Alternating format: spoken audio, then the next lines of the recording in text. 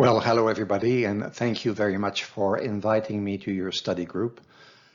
I've been asked to prepare a presentation on the next pandemic, but I must warn you that I am in no way an expert on the subject.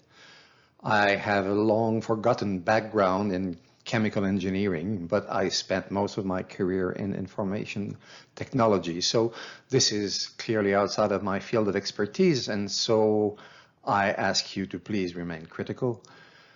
I got interested in this subject because in general, I am interested in the type of problems that can impact the future of humanity. Climate change, obviously, but I've also spent a lot of time over the past 2 years reading about the threats posed by nuclear weapons, way before the Ukraine conflict brought the subject back on the table, by the way. My specific interest about the next pandemics came after listening to a 3-hour podcast that convinced me that we have a serious problem not very far ahead of us. So I've entitled my presentation, "The Pandemic That We Don't Want." We've been lucky with COVID-19 for 3 reasons mostly.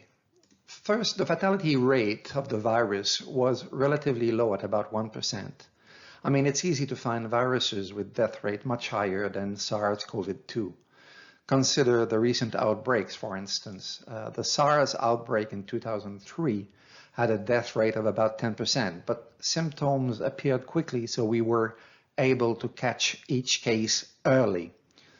MERS, the Middle East Respiratory Syndrome, in 2015 was quite deadly, about 35%, but not very contagious.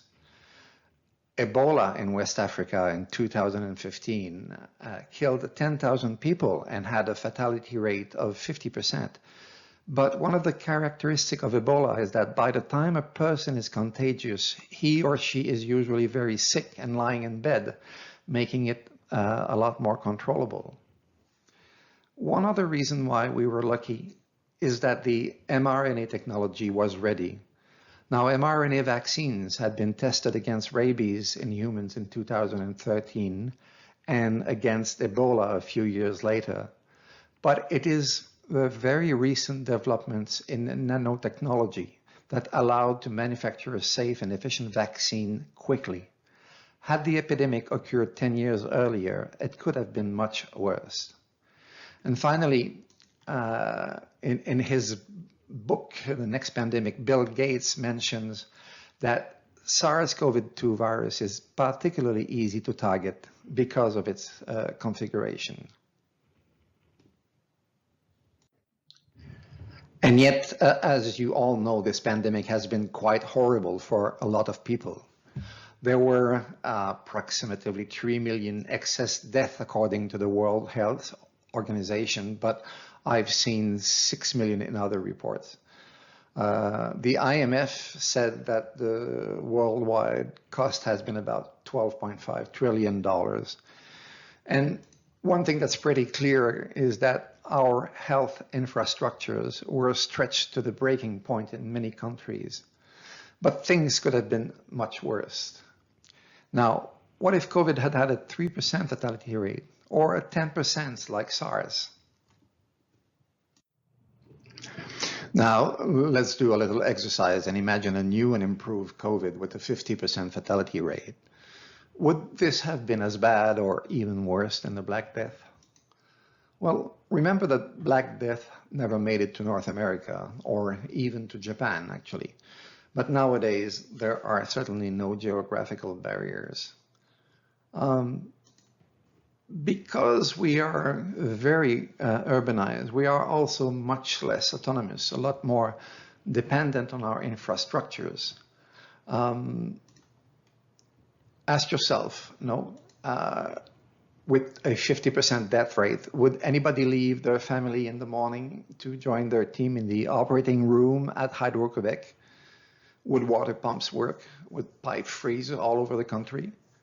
Who would drive the truck to bring vegetables to your local IGA store? And it's not just the delivery man, of course, the whole supply chain would be interrupted. Now, even if you were lucky enough, to have a place with your own vegetable garden, would you be able to wait for the next harvest? Would your friendly neighbors remain as friendly? Where would you buy the seeds for the next year? You have to recognize that in this context, autonomous survival is a fantasy. Okay, so I know I might be a bit pessimistic. I mean, but you must admit that things could become pretty difficult.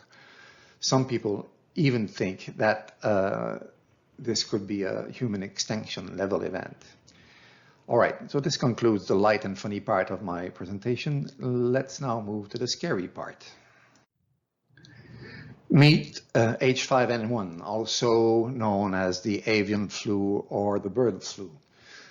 Note that in fact H5N1 is one of the subtypes of avian influenza.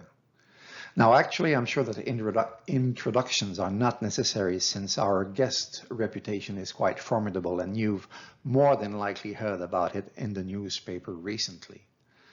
According to Wikipedia, over the years, hundreds of millions, I repeat, hundreds of millions of birds have been slaughtered to limit the spread of H5N1 everywhere around the globe, but mostly in Asia and Africa, and now in Quebec. Now, the correct name for the virus is actually influenza A subtype H5N1. The good news is that it is not a very contagious virus to humans. The transmission from animals to humans happens through contact with the animal's saliva, feces, and blood, which may remain infectious for quite a while, but there is no evidence of sustained human-to-human transmission. Between 2003 and 2022, there were only about 860 human cases that were identified. But if you do catch it, it is quite lethal, with a fatality rate around 60%. There is an approved FDA vaccine since 2020. But before that, and it will be important to remember for the rest of our presentation, the vaccines did not provide a very good protection, and they were egg-based, which means that you needed millions of chicken eggs to grow the vaccines. Now, an egg-based vaccine is not ideal for high speed and high volume production, especially if your chickens are dying. There is basically no treatment for H5N1, although some antivirals such as Tamiflu can sometimes help. The bad news is that since 2012, the good news is no longer true. In 2010 and 2011, H5N1 strains were modified to make them transmissible by airborne droplets. In two separate laboratories, almost simultaneously, the results were published in 2012 in two articles, one in Science and the other in Nature, and both papers described in details the method that were used. The result is that we now have a new and improved H5N1 that has a 60% mortality rate, is much more contagious than the naturally occurring strain, and the recipe to recreate it has been made public to make sure that your local terrorist branch knows exactly what to do. Now, I guess that the only thing missing is a telephone support line to ensure that your project will succeed. But hey, don't worry, it was created in an enhanced Biosafety Level 3 or BSL-3 lab. You know, the type of labs that you see in all science fiction movies. Sorry. This was actually a picture from a Biosafety Level 4 lab, which is much more secure than the BSL-3 where the experiments were conducted. I guess that nobody thought that level 4 was a prerequisite for such a benign experiment.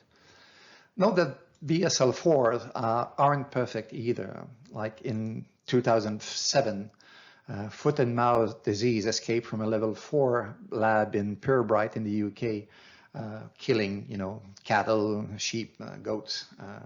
And actually, the number of animals killed was pretty low compared to the 6 million animals that had to be killed in 2001. In 2014, the level 4 lab belonging to the American Center for Disease Control sent live Ebola viruses to lower security labs after inadvertently switching live Ebola and inactivated Ebola material. In 2014, also 6 forgotten vials of smallpox were found in a storage area belonging to the American National Institute of Health in Maryland. Now, you might remember that smallpox has been eradicated towards the end of the 1970s, but that before that it caused about between 300 and 500 million deaths between 1900 and 1980, and that we no longer vaccinate people against smallpox. In 2015, again, the Center for Disease Control in Utah sent activated live anthrax to 18 labs in 9 states, and that about 70 workers had to be treated just in case. There are currently 59 biosafety level 4 labs in operation, under construction, or in the planning phase around the world. Now, most countries declare them to the United Nations, but nothing compels them to do so. And these labs are also spreading into countries with authoritarian regimes where the concept of openness is particularly challenging. Now, why are you probably thinking, why would you do such a thing? Why would you make a virus that has a 60% death rate, for which we have no cure and no vaccine, transmissible by air in a biosafety level 4 lab, level 3 lab? Now, I don't think I can put enough interrogation marks on this slide to illustrate my own level of bewilderment. And I was a bit surprised, actually, when a friend of mine who has a PhD in cellular biology and has been working in labs all her life, A, knew nothing about this experiment, and B, was as puzzled as me by the decision. This type of experiment falls under the category of gain of function, or GOF experiment. Note that until I discovered that, I thought that GOP was the scariest acronym, but I've changed my mind since. Typically, gain of function experiments are used to modify the virus pathogenesis, that is, which is the process by which the disease develops, to modify the transmissibility of the virus, or to modify the type of host that can actually get the virus. A moratorium on this type of experiment was announced in 2012 following the publication of the articles on H5N1. In 2014, the government announced a pause of funding, the Obama government announced a pause of funding for 18 gain-of-function experiments, but note that is a pause of funding, not a pause of the experiment themselves. But funding for some gain-of-function experiment was authorized again under Trump in 2017, and in 2019, the experiments on H5N1 resumed. Now, there are obviously people defending pros and cons of the gain-of-function experiment. And there are so many articles and so many YouTube videos on the subject, so many conferences with highly skilled and knowledgeable people such as Anthony Fauci, that it would take somebody like me months to try to put together a paper or a presentation that truly summarizes all those conflicting opinions. All I can do, unfortunately, is to give you my own unenlightened opinion on the subject. The pros that I've heard the most often regarding, and specifically the H5N1 experiment, is that it provides us with an understanding of the mutations that are required to make the virus contagious by airways, and could therefore help to fight the pandemic if the mutations happened in nature. Amongst the cons that was the fact that we do not really need to understand how the mutations happen to control the epidemic. we need to be ready to fight the resulting virus. This is a bit like, setting fire to the building to understand how we can extinguish it. We are, in fact, by gain-of-function experiments, likely to create extremely dangerous pathogens that nature itself is unlikely to create. Now, note that in 2010 and 2011, not a lot of people could have done what was done to the H5N1. But the technology is evolving fast. Things are changing. You can now, for instance, mail order DNA sequences from a large number of suppliers. In 2016, virologist David Evans of the University of Alberta synthesized the horsepox virus, very similar to the smallpox virus, from mail order DNA for a cost of approximately $100,000. Now, there is an organization called the IGSC, or the International Gene Synthesis Consortium, to which a large number of gene and DNA segment suppliers subscribe, and whose main purpose is to review orders and screen regulated pathogen sequences. But can we regulate and force all suppliers from everywhere around the world, including North Korea, to subscribe to this organization? Desktop DNA printers are also starting to be available. Now, they have very limited capabilities and can only generate short sequences, but they are, the equivalent of the Apple I. What will they be like, and what will they be able to do in 10, 15, 20 years? Will there be one in your next door high school lab? For the moment, I doubt that American companies will sell such equipment to Al-Qaeda. But again, can we regulate all companies that will manufacture such devices in the future? And finally, note that there is a growing movement of biohackers that are doing basic gene manipulations in their garage. You can actually buy a basic gene editing toolkit based on the CRISPR-Cas9 technology and make some really simple experiments for approximately $170 US. And oh, by the way, you can still register to their annual conference in September. Now, I guess the question we should ask is, when will we reach a point where this type of technology is affordable and easy to use by almost anybody? Is that going to be in 2035, 2050, 2100?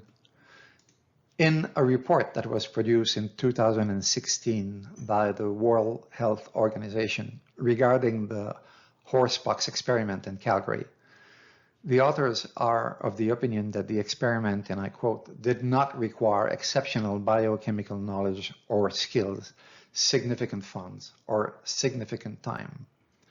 So I guess, we're not too far from that moment.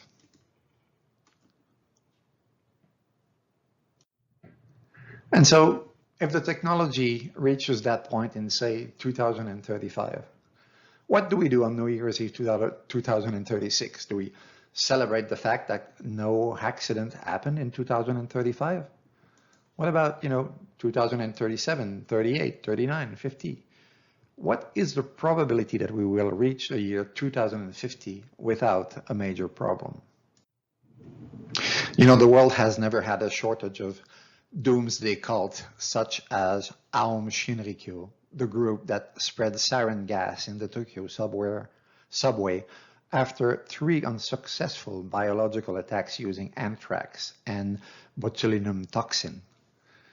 How many right-wing Christians are hoping for the Armageddon to accelerate the second coming of Christ?